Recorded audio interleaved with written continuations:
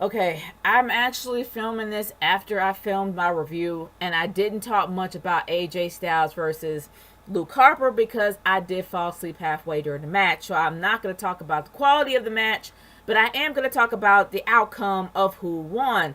I found out from an authorization, whatever the little things. I ended up finding out from WWE that AJ Styles is going to be in the triple threat match between him and Randy Orton for the title at WrestleMania, with him versus Bray Wyatt versus Randy Orton. Now, from seeing on Twitter, there are a massive amount of people who are pissed the fact that AJ Styles have won. I understand why they did it, because AJ Styles is a bigger draw. Even though it would make sense to have a Wyatt family feud, or the Wyatt family's going up against the title. But the problem is this: Luke Harper has lost a massive amount of momentum, losing against Randy Orton on a pay-per-view and losing against Randy Orton in other matches multiple times. Luke Harper has not had a lot of wins behind his belt, and I understand why that they did not have him win. It sucks not to be able to see a Wyatt family match, like a Wyatt family feud or Wyatt family triple threat. It would be great to see that happen, but I understand why they did not do it, because Luke Harper, unfortunately, is not a bigger draw. AJ Styles is, and honestly, it would be a better match, because another reason why. We all know that Randy Orton is only as good as his opponent. You have Bray Wyatt, who is somewhat of an okay subpar wrestler. He's not horrible, but he's average. Then you have Luke Harper, who is pretty much a little bit above Bray Wyatt and actually can give a spectacular match with Randy Orton. But the thing is that he's not the guy that a lot of people see him as a babyface. He's still a little bit too creepy as a babyface. This is my own personal theory here. When it comes to AJ Styles is phenomenal. He would definitely keep the pacing going on with the match, because the pacing will die down very quickly with Luke Harper and Luke Harper and Bray Wyatt in a match. You have to have somebody to keep that pace up. And AJ Styles is the guy that has the endurance to keep the pacing up and also bring a little bit more energy to that match. If you have Luke Harper there, even though Luke Harper can perform feats like a cruiserweight, his pacing is somewhat average, and it can die down fairly quickly. Not so much the fact that he's a big guy, he just doesn't wrestle matches like that. I mean, at least I haven't seen it. He might have. I don't know. I could be wrong. But when I've seen AJ Styles in New Japan, I've seen AJ Styles in TNA, and I've seen AJ Styles in WWE. The guy has a very consistent pacing, very quick pacing, very strong, hard-hitting pacing, and it would definitely bring a lot of energy to the match. So I see why they did it that way. Plus, he is a massive draw. So for those who are pissed off knowing the fact that AJ Styles is taking the place of Luke Harper, I can see why they did it.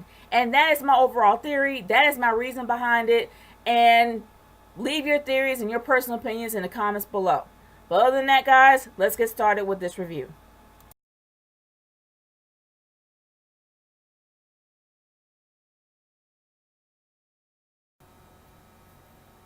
As tired as I am, and shoot, I'm tempted to say as I is, because I am tired. It's not because of the show. It's not like how it was with Raw. Oh my gosh, that ending. I couldn't avoid this review without talking about that ending, though. But I will say this: for the opening segment, it did drag. The Miz is a big bag of wind. That's pretty much what it is. He talks entirely too much. And the only problem is this: we've heard this before, and that was when 2011, just before he won the championship, I think, when he was feuding against Cena. He feuded against Cena multiple times before WrestleMania and a little bit afterwards, and it's something that we've heard before. It's a repeat. Plus, when it comes to John Cena and the fact that he has backstage politics, the fact that he buried a bunch of people, this is something that's been done and done to death. So it was to the point where everyone was kind of done hearing that. AJ Styles literally shot his entire push to the moon with that statement. But with AJ Styles being from TNA, it worked with him. The Miz has been in WWE and has only been in WWE for years now. It's literally no excuse for him, and honestly, he can't really use that card like he can. Like, you know, it's just something that it just wouldn't work for him. But the one thing that saved it, in my opinion, and as usual, is the fact that John Cena literally ripped him a new vagina. Like, I'd hate to say it like that, but he did. He officially made The Miz a girl. Like, his boys have been removed and replaced with a vagina. Like, I'm just gonna say that right now. And Maurice probably has bigger balls than he does. But The Miz has lost his. Like, his is either shriveled up into his body and chose to stay there, or it got ripped off by John Cena, set on fire, and forced him to watch. And then just got a completely new vagina ripped in. Yeah, that sounds terrible, but that is the only way I can describe that promo. Oh my word. And then when Nikki came out, practically confirming on air they're dating, Nikki was just on point. Like, I'm gonna be real. I wouldn't be surprised if John Cena was like, you know what, that's my woman right there. That's my woman. Don't mess with her. And I was crunk when I saw that, man. And yeah, I haven't heard that statement in a long time. I don't think anybody says crunk anymore. But hey, it's me. I don't care. But other than that, that was a great way to open up the show, man. It was. With the women's matches was hit or miss. It was something that we've seen before. The 2 out of 3 falls, I didn't care much for it because we already saw Mickie James and not Alexa Bliss, Mickie James and Becky Lynch go at it. We've seen this before. And of course, with Alexa Bliss coming out to, you know, kind of distract, but it ended up being an epic fail. Honestly, yeah, it was kind of pointless to me. That was the only pointless part of the entire show, was to have that match happen, but they are very limited when it comes to their women's division. They already had a brawl for all, pretty much, not brawl for all, but like a street fight when it came to Nikki, and also with Nikki and Natalya. So that's over and done with. Like, that's already squashed. And Carmella is now a valet to James Ellsworth for some strange reason.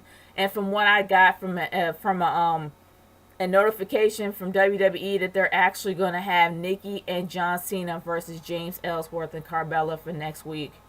Yeah, about that, don't care much for it. But there's only so much that they can do. It wasn't a horrible match. It's just something I've seen before, and I didn't really care much for it. But the one thing that kind of got me interested is the fact that whether or not that Alexa Bliss and Natty are going to go at it. Like, Natalya really does need to have her own title reign before she retires. And it's a given that most of the vets are going to be bowing out soon. I get it. I mean, Nikki Bella's going to leave possibly because of her neck injury. Bree's going to be gone, popping out kids for a while.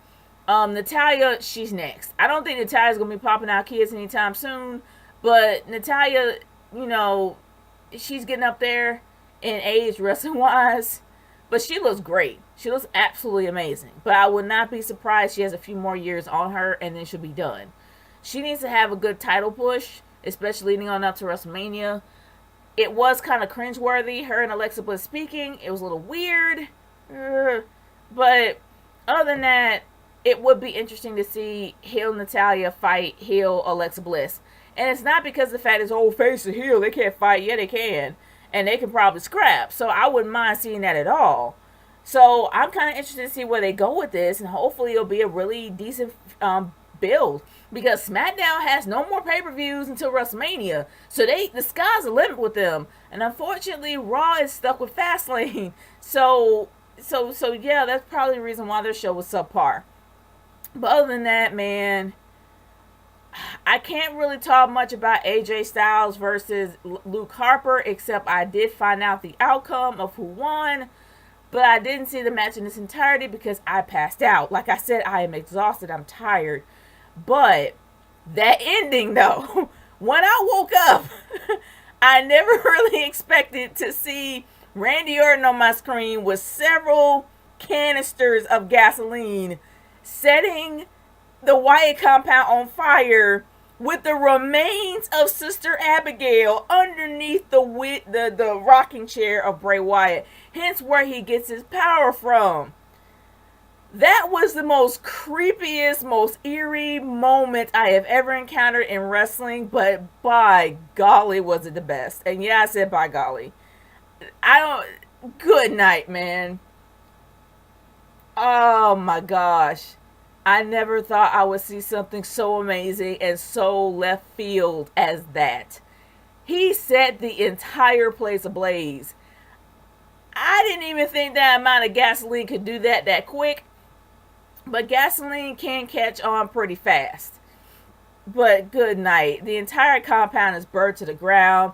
But it was mostly not so much the compound being burned to the ground, but the heartbreak reaction of Bray Wyatt seeing Sister Abigail's remains being burnt up and his entire compound gone. His reaction made him the most vulnerable villain I have seen in wrestling history. And usually when it comes to villains, you don't see villains crack. You don't see villains break. You don't see villains in their vulnerable state. But Bray Wyatt was at his most vulnerable state when he saw Sister Abigail's remains being burnt up with the compound. That was the one thing that hit me the most. Nearly seeing Bray Wyatt in tears. Heartbroken that not only his brother betrayed him, the fact that that Orton went a step further. Like, I knew Orton was crazy, but good God. Good night. I did not think that he would go that far. Even though, yeah, he had voices in his head, he was always...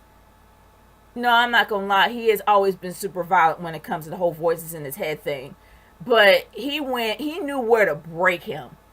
Like, it's usually to the point where he goes to violence out of sheer craziness. Like, his psychopathic tendencies will always kick in, but he will go and threaten people, but he would never really completely think it through. He would just try to take you out.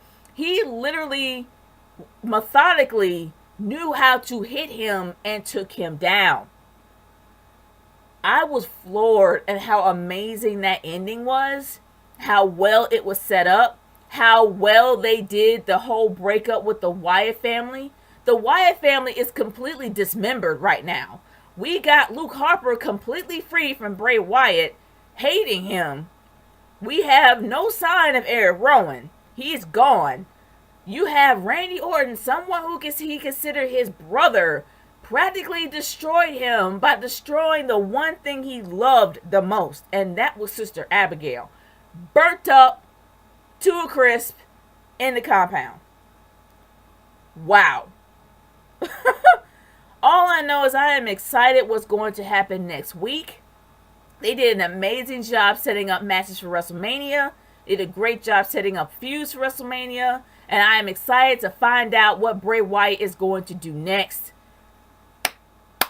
Good job, SummerSlam. If only Raw can do the exact same thing. But guys, y'all know what my overall thoughts are. They did an amazing job setting up feuds for WrestleMania. The emotion seeing the emotion on Bray Wyatt's face when he was betrayed. And sure, the matches were good, and even though some of the matches I considered were actually filler, were just one, and that was the women's match felt like more filler to me than anything else, it was still a very well done show. It was not a drag like Raw was. It actually was entertaining. And yes, I fell asleep just because of how physically tired I am. Not out of tiredness, out of boredom. This was just an amazing show. And going back and watching it again, amazing show. Seriously. And yeah, like I said before, going back and actually watching this again, and I haven't yet, but I probably will go back and watch the last match before that big ending. All I can say, y'all, it was great. But I want to know what your thoughts are. Leave it in the comment section below. Let me know how you feel. Let me know what you think about this SmackDown, because I'm excited about next week. But y'all, I'm going back to bed because I am extraordinarily tired. But I will see y'all later. Peace out.